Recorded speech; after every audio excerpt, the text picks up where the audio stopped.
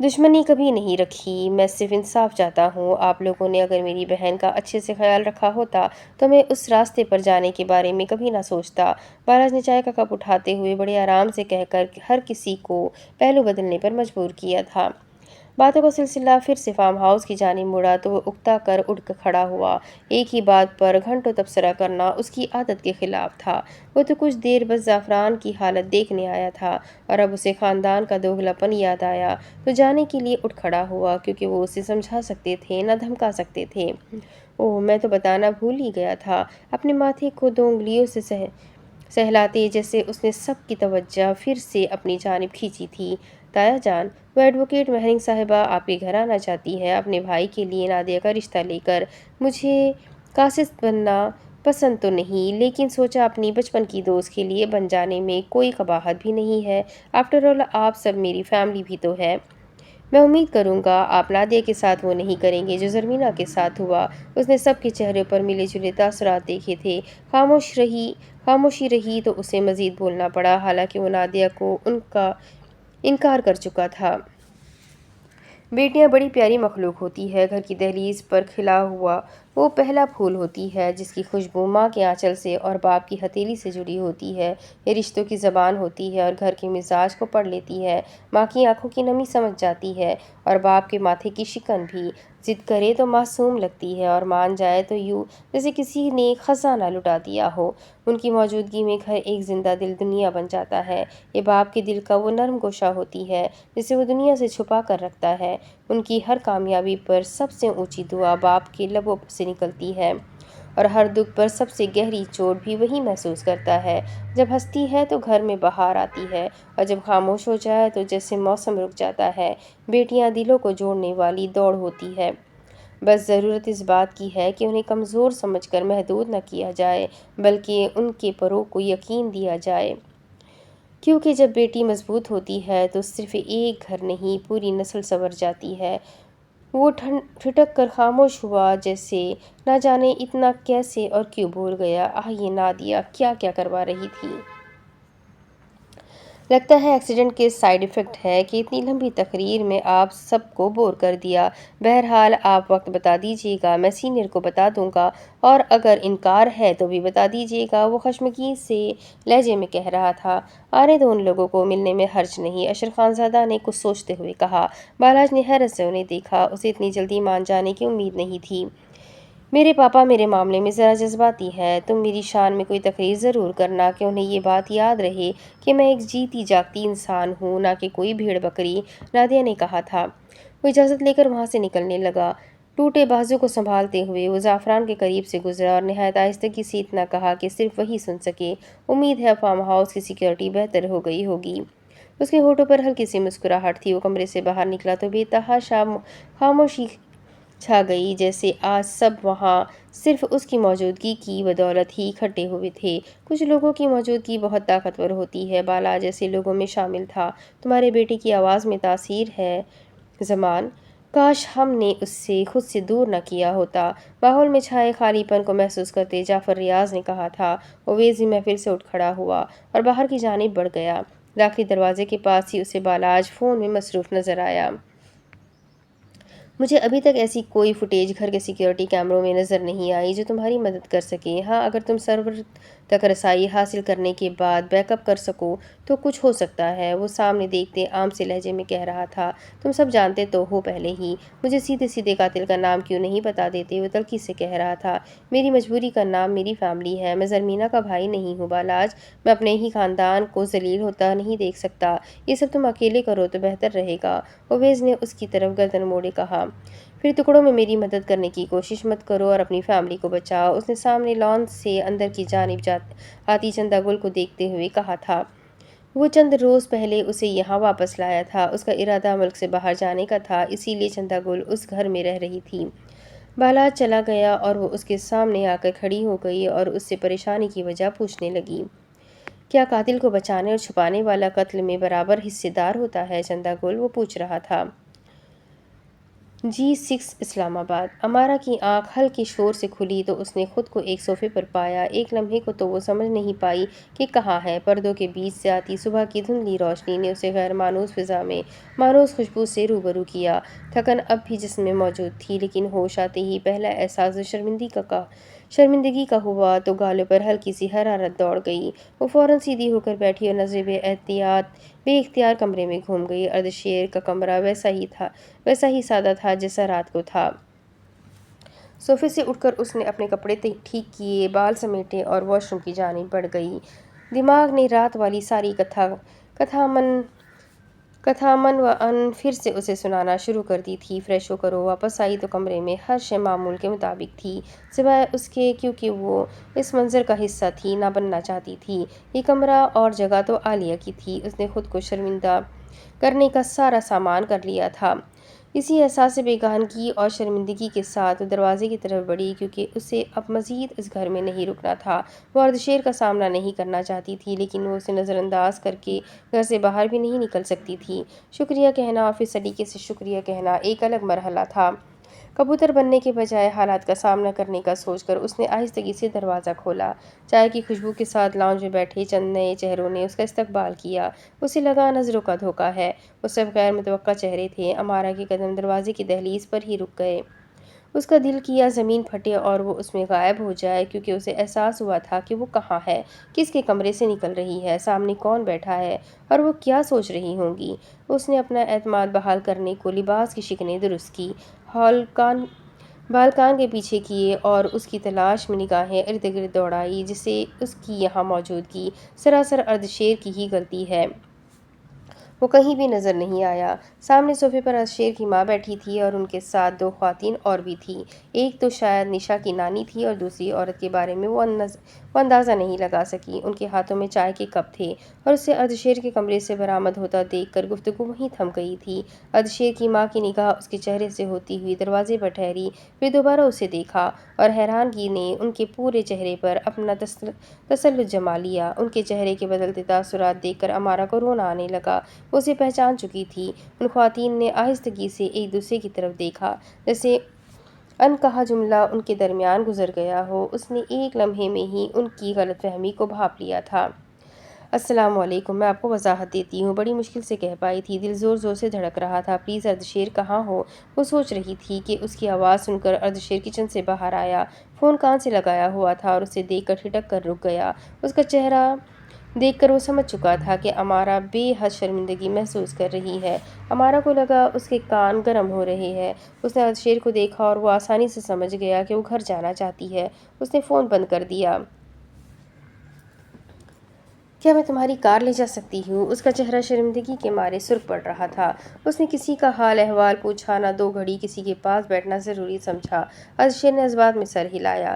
وہ اس کے لیے مشکل کھڑی نہیں کرنا چاہتا تھا، لیکن ٹھیک ٹھاک قسم کی مشکل کھڑی کر چکا تھا۔ تم اردشیر کی باس ہو نا؟ وہ جو اردشیر سے چابی لے رہی تھی اس کی ماں کی آواز پر چونک کر پلٹی اور پھر مڑ کر اردشیر کو دیکھا، جیسے پوچھ رہی ہو کہ اب کیا کروں؟ تم اس وقت میرے بیٹے کے گھر میں ہو، اس کے کمرے سے باہر نکل رہی ہو۔ تمہیں نہیں لگتا کہ اس گھر میں اپنی موجودگی کی تمہیں وضاحت کرنی چاہیے؟ ایک غیر مرد کے گھر اور کمرے میں تم کس رشتے سے رہ رہی ہو؟ وہ بے حد کٹیلے لہجے میں پوچھ رہی تھی۔ انہوں نے جو مہمان نوازی اور نرم گوئی کوئٹہ میں دکھائی تھی، اس کا دور دور تک ابھی کے لہجے سے کوئی شائبہ نہیں تھا۔ آپ جائیں میڈم، انہیں میں سمجھتا ہوں۔ اردشیر نے چابی اسے تھمائی۔ مجھے جواب دو لڑکی، وہ بہت سختی سے گویا تھی۔ میں امارا کو قطعاً احساس نہیں تھا کہ وہ اس قسم کی صورتحال میں بھی پھنس سکتی ہے۔ میں صرف ایک رات کے لیے کیا رکھیل ہو اس کی؟ امارا کا چہرہ مارے اہانت کے سرخ ہو گیا تھا۔ یہ میری بیوی ہے، اس کے پیچھے کھڑے اردشیر نے نہایت سنجیدگی سے کہا۔ تو امارا کو اپنے کانوں پر یقین نہ ہوا۔ یہ ایک رات نہیں، ہر رات اس گھر میں رہ سکتی ہے۔ آپ کو سوچ سمجھ کر بولنا چاہیے امی۔ اس کی واضح سیدھی اور کھری بات پر پورا لاؤنج ساکت ہو گیا۔ وقت بھی ایک لمحے کو ٹھہر کر انہیں دیکھ کر مسکرایا تھا۔ امارا نے بے یقینی سے گردن موڑ کر اس کی طرف دیکھا۔ اس کا سانس رک گیا۔ اسے یقین ہی نہیں آیا کہ اس نے ابھی کیا سنا ہے۔ وہ کچھ بولنا چاہتی تھی، فوراً انکار کرنا چاہتی تھی، لیکن زبان کیسے ساتھ چھوڑ گئی تھی۔ اردشیر کی ماں کے چہرے کے تاثرات مزید سخت ہونے لگے۔ ان سے نظریں نہ ملا سکی۔ کیا کہا تم نے؟ وہ اٹھ کر ان دونوں کی جانب آئی اور ارضشیر امارہ کے ساتھ آ کر کھڑا ہوا۔ اس کے چہرے پر غیر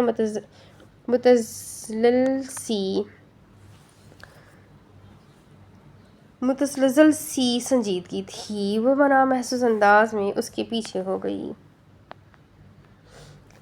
میں نے کہا یہ میری نسبت بہتر ہے۔ اس بار اس نے الفاظ آہستگی سے ادا کیے۔ امارہ کے کانوں میں شور سا بھر گیا۔ دل بے قابو دھڑک رہا تھا۔ وہ سمجھ نہیں پا رہی تھی سب کیوں ہو رہا ہے۔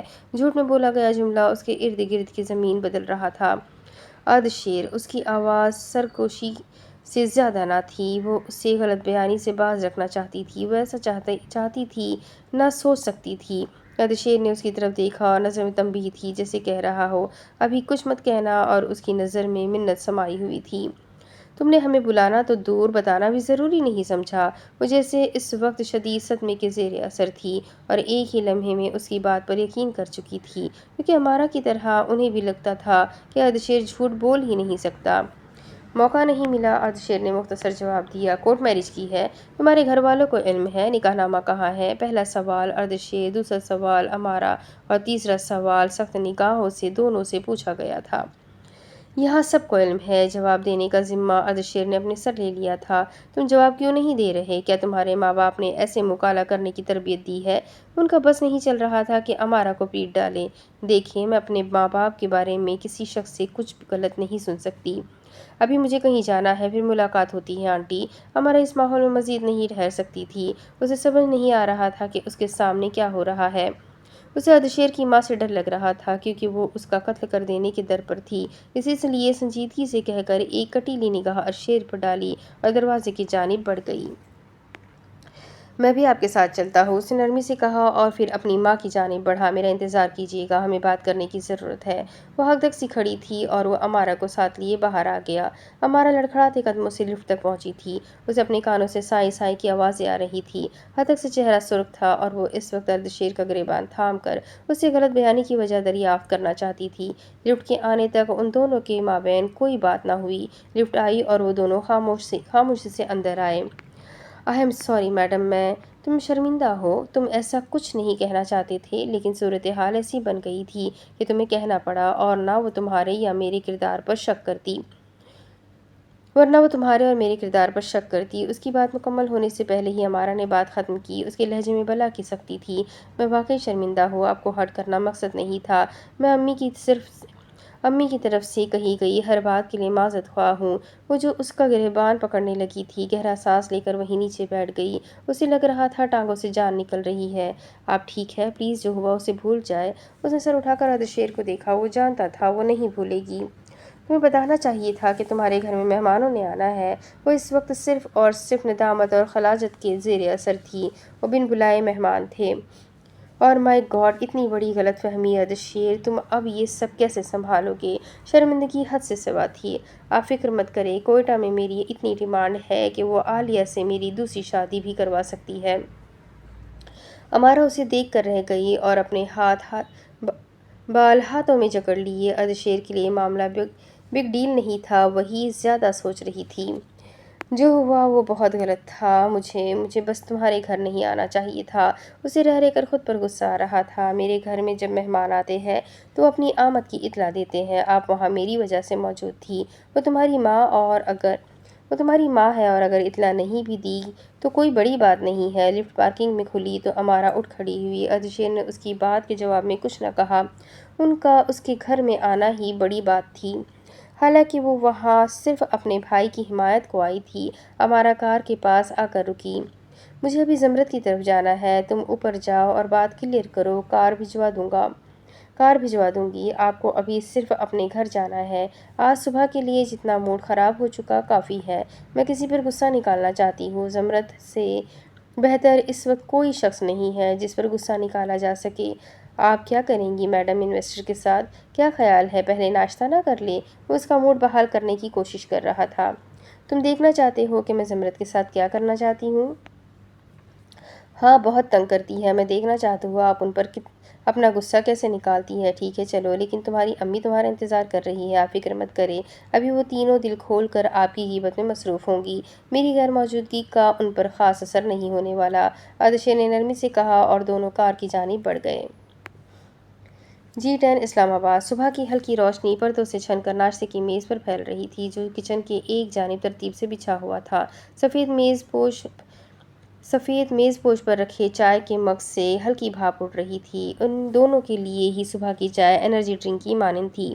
وہ پورا دن صرف چائے کے اس ایک مگ پر گزار سکتے تھے۔ مکھن کی خوشبو ٹوسٹ میں گھلی ہوئی تھی اور جوس کے گلاس بھی بھرے پڑے ہوئے تھے۔ باہر دنیا ابھی پوری طرح جاگی نہیں تھی مگر اس میز پر دو مختلف دنیائیں آمنے سامنے بیٹھی تھیں۔ صبح جلدی اٹھ کر اپنے دن کے کاموں کی فہرست بنانا بھی ان کی روٹین کا حصہ تھا، اور وہ دن معجزاتی دن ہوتا جس دن کوئی بحث کیے بغیر وہ یہ کام کر لیا کرتے۔ ارمان اخبار کی سرخیاں پڑھ رہا تھا اور مہرنگ عدالت کی کسی فائل میں الجھی ہوئی تھی۔ آج زرمینہ کے کیس کی سماعت تھی لیکن فیضان سومرو طبیعت خرابی کی وجہ سے نہیں آ سکتے تھے اور بالاج بھی بمشکل ہی آئے، اسی لیے اگلی تاریخ کے لیے آج مختصر سماعت ہونی تھی۔ وہ اس کی بھی تیاری کر چکی تھی۔ آج دفاع کی جانب سے کوئی کرائے کا قاتل بھی پیش نہیں ہونے والا تھا تو اس لحاظ سے آج اس کے پاس فراغت تھی۔ چائے میں چینی کم ہے، ارمان نے چائے کا مگ اٹھا کر ایک سپ لینے کے بعد کہا۔ مہرنگ نے چونک کر فائل سے سر اٹھایا اور سامنے بیٹھے اپنے شوہر کو دیکھا۔ آج اس کی آنکھوں میں وہ سختی نہیں تھی جو ہمیشہ صبح کا اخبار دیکھنے کے بعد کسی ناپسند خبر پر ڈراتی تھی۔ اس کا لہجہ نرم تھا جیسے سردیوں کی دھوپ آہستہ آہستہ برآمدے میں اترتی ہے۔ وہ مصروف سے انداز میں اٹھی اور کیبن سے شوگر پاٹ نکال کر اس کے سامنے رکھا۔ تم آج کس وقت واپس لوٹو گے؟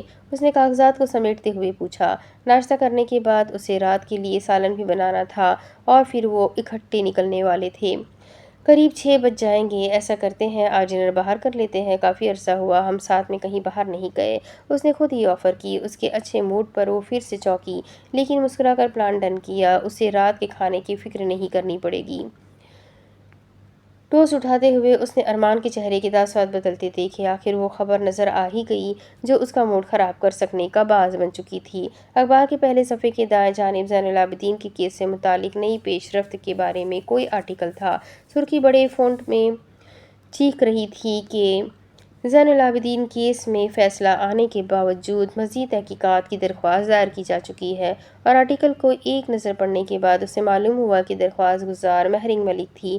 ارمان نے اخبار طے کرنے کے بجائے اس کے سامنے رکھا اور انگلی سے سرخی پر ہلکا سا دباؤ دیا۔ مہرنگ ابلے ہوئے انڈے پر نمک چھڑک رہی تھی۔ اس نے رک کر اخبار کی جانب دیکھا۔ مبارک ہو، ٹیلی ویژن کے بعد اب تم اخباروں کی زینت بھی بننے لگی ہو۔ اس کے لہجے میں فخر نہیں کاٹ تھی۔ مہرنگ نے ہاتھ صاف کر کے اخبار مزید اپنی جانب کھینچا، پھر ہلکا سا مسکرائی۔ وہ آج کی صبح بھی برباد ہوتا دیکھ چکی تھی۔ تم میری شہرت سے جیلس ہو رہے ہو، اس نے ماحول کو پرسکون رکھنے کی کوشش میں ایسا کہا، اور وہ کوئی ایسی بھی مشہور نہیں ہوئی تھی، ایک ہی فیلڈ کے لوگ تو جانتے تھے۔ چند دن پہلے عدالت فیصلہ سنا چکی تھی، فائل بظاہر بند ہو چکی تھی، ملزمان ناکافی شواہد کے باعث بری ہو چکے تھے اور شہر کی یادداشت میں یہ قتل آہستہ آہستہ ایک نامعلوم قتل کیس میں بدل جانا تھا۔ لیکن مہرنگ کو ایسا منظور نہیں تھا۔ اس نے براہ راست یہ درخواست دائر نہیں کی تھی، اس نے چند با اثر لوگوں سے ایسا کروایا تھا۔ وہ زین العابدین کو یوں فراموش نہیں کر سکتی تھی۔ ٹھیک ہے ارمان، ایسے تو منہ مت بناؤ۔ ہاں، میں نے درخواست دائر کی تھی کہ زین کے قتل کی جوائنٹ انویسٹیگیشن ہو اور غیر جانبدار طریقے سے ہو۔ ہم وکیل اپنے بھائیوں کے قاتلوں کو یوں چین سے نہیں بیٹھنے دیتے۔ اسے خاموش دیکھ کر مہرنگ نے ہی کہا تھا۔ وہ ماحول میں تناؤ محسوس کر چکی تھی۔ ارمان نے اخبار مٹھی میں بھیج لیا۔ مہرنگ، ہم اس پر بات کر چکے تھے، اور ایک مرتبہ نہیں کئی مرتبہ۔ اب جب کیس ختم ہو گیا، سب آگے بڑھ گئے، تو تم کیوں لکیر پیٹنے بیٹھ گئی ہو؟ وہ سخت عاجز نظر آتا تھا۔ میں نے تمہیں پہلے بھی کہا تھا کہ یہ عام قتل نہیں ہے، اس کے پیچھے وہ لوگ ہیں جن کے نام بھی ہم اونچی آواز میں نہیں لیتے۔ اگر قدرت نے تمہیں اس کیس سے الگ کر ہی دیا تھا تو نئے سرے سے انویسٹیگیشن کا کیا جواز ہے؟ پلیز ارمان، مجھے لگا تھا آج ہم میرے پیشے کو لے کر بنا کسی لڑائی کے اس گھر سے نکلیں گے اور ہمارا دن اچھا گزرے گا۔ اس بارے میں رات کو بات کر لیتے ہیں، اور پلیز تم ان طاقتور لوگوں سے ڈرنا بند کرو۔ ہم کیوں ان جیسوں کا احتساب نہیں کر سکتے صرف اسی لیے کہ ان کے پاس طاقت ہے؟ ہم اتنے گرے پڑے نہیں ہیں۔ ارمان پانی کا گلاس اٹھا کر کھڑا ہو گیا۔ کرسی پیچھے کو سر کی۔ مہرنگ نے سر اٹھا کر اسے دیکھا۔ یہ بہادری نہیں، خودکشی ہے۔ تم سمجھ کیوں نہیں رہی؟ ارمان نے پانی کا گلاس ایک ہی گھونٹ میں ختم کر دیا۔ میں چاہتا ہوں تم زندہ رہو۔ اس سارے میز سے نکلو یار، عجیب ڈھیٹ پن پر اتر جاتی ہو تم بھی۔ میں نے تمہیں اس کیس سے دور رہنے کو اس لیے کہا کہا تھا کہ تم میری بیوی ہو اور میں تمہیں کسی نامعلوم گاڑی کا ہدف بنتے نہیں دیکھ سکتا۔ میں کیوں ڈرتا ہوں؟ کیونکہ میں تمہارے فیصلوں کے اثرات میرے کیریئر پر آنے سے روک نہیں سکتا۔ فگوٹ سے ایک معاملے کی سنگینی کو سمجھو۔ وہ واقعی پریشان نظر آتا تھا اور میں تمہیں ایسے نہیں دیکھ سکتی ارمان کہ تم سچ جانتے ہوئے بھی صرف اس لیے خاموش رہو کہ وہ لوگ طاقتور ہے۔ حق کے لیے اگر کھڑے نہیں ہو سکتے تو کم از کم دل میں برا تو خیال کرو کہ وہ لوگ ظالم ہیں۔ مہرنگ نے میز پر موجود اس کے ہاتھ پر نرمی سے ہاتھ رکھا۔ ہاں، میں تسلیم کرتا ہوں کہ وہ لوگ ظالم ہیں، اسی لیے خاموشی بہتر ہے، ورنہ کل کوئی اور وکیل، کوئی اور صحافی، کوئی اور ذہن مارا جائے گا۔ تمہیں سمجھ لینا چاہیے کہ تم دنیا نہیں بدل سکتی۔ ہمیں نارمل لوگوں جیسی زندگی گزارنی چاہیے۔ مہرنگ اسے دیکھ کر رہ گئی۔ نہ جانے کون شوہر ہوتے ہیں جو بیوی کی فیصلوں کو اہمیت دیتے ہیں۔ ہاں، میں جانتی ہوں دنیا بدلنا میرے بس کی بات نہیں، لیکن میں اپنے حصے کی گواہی دے سکتی ہوں۔ ذہن میرا کلیگ تھا، ہم نے ساتھ میں کیس لڑے ہیں۔ ساتھ کیس لڑنے کا یہ مطلب نہیں ہوتا کہ اس کی موت کے بعد تم بھی دہتی آگ میں کود جاؤ۔ ارمان نے اس کی بات کاٹ کر کہا۔ مہرنگ نے ناشتے کی میز کو دیکھا۔ ناشتہ گیا تیل لینے۔ اچھا دن شروع کرنے کے خواب پر بھی اسے ہنسی آئی۔ اس کے روزمرہ پہلے ہی کافی ذہنی ٹینشن لیے ہوئے تھے اور پھر گھر میں بھی یہی سب، وہ تنگ پڑنے لگی تھی۔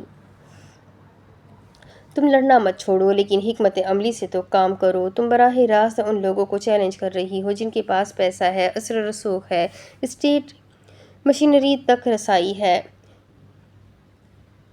تمہارے پاس کیا ہے مہرنگ؟ چند گنے چنے لوگوں سے دوستیاں کہ وہ تمہیں وقت پڑنے پر کوئی بڑا فیور دیں گے؟ بھول ہے تمہاری، کوئی نہیں آئے گا جب تم کرائسس میں ہوگی۔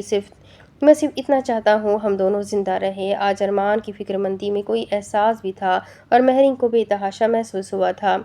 اور میں چاہتی ہوں ہم دونوں باوقار طریقے سے زندہ رہیں، کل کو ہم اس فیصلے پر پچھتائیں نہیں۔ اگر ہم ڈر گئے تو وہ جیت جائیں گے۔ زین مر چکا ہے لیکن میں ابھی زندہ ہوں اور زندہ لوگوں کا فرض ہے کہ وہ مردوں کے لیے گواہی دے۔ وہ اٹھ کھڑی ہوئی اور جلدی جلدی میز سمیٹنے لگی۔ آج کے لیے اتنا کافی تھا۔ اگر سپریم کورٹ نے بھی تمہاری درخواست کو خارج کر دیا تو کیا تب تم مان لوگی کہ تمہیں بس کر دینا چاہیے؟ ارمان نے ضبط سے پوچھا۔ کم از کم تاریخ میں یہ تو درج ہوگا کہ کسی نے سچ کے لیے سوال اٹھایا تھا، اس نے مصروف سے انداز میں کہا، لیکن وہ سوچ میں پڑ گئی تھی کہ آگے کیا کرے گی اگر یہاں سے بھی ناکام ٹھہری۔ تاریخ فاتحین کے بارے میں لکھتی ہے، ناکام لوگوں کے قصے کبھی تاریخ کا حصہ نہیں بنتے۔ میں ابھی ناکام نہیں ہوئی اور فکر مت کرو، میں کوئی ایسا مورخ ضرور ڈھونڈوں گی جو میری ناکامیاں رہتی دنیا کو پڑھاتا پھرے۔ میرا ناشتہ ہو گیا، میں تمہارا انتظار کر رہی ہوں۔ امید ہے روز کی لڑائی کی طرح آج بھی مجھے کیب نہیں کروانی پڑے گی۔ اسے برا لگا تھا لیکن ارمان کو کیا فرق پڑنا تھا، اسی لیے وہ مسکرائی۔ دوائی لے لینا۔ وہ کمرے کی جانب جا رہی تھی جب ارمان کی آواز پر رکی تھی۔ وہ اسے یاد کروانا نہیں بھولتا تھا۔ وہ بھی مسکرا رہا تھا اور مہرنگ کے چہرے پر ایک سایہ سا آ کر گزر گیا۔ ارمان نے خاموشی سے اسے جاتے دیکھا اور ناشتہ کرنے لگا۔ کمرے میں موجود مہرنگ نے ایک ٹیبلٹ اور کیپسول نکالا اور پچھلے کئی دن کی طرح بیڈ کی سائڈ میز کے نچلے خانے کے پاس جھک کر وہاں رکھی ایک بوتل میں ڈال دی۔ اس کے چہرے پر اس وقت سرد مہری سی تھی۔ اب اس کے آگے کی کہانی میں آپ کو اگلے ویڈیو میں سناتی ہوں کہ آگے کیا ہوگا۔ یہ جاننے کے لیے میرے ساتھ بنے رہے۔ ویڈیو کو لائک کریں، چینل کو سبسکرائب کریں۔ ناول بہت انٹرسٹنگ ہے، کمنٹ کر کے ضرور بتائیں آپ کو کیسا لگ رہا ہے۔ تو ملتے ہیں اگلے ویڈیو میں، تب تک کے لیے اپنا خوب سارا خیال رکھیں، مجھے بھی دعا میں یاد رکھیں۔ اللہ حافظ۔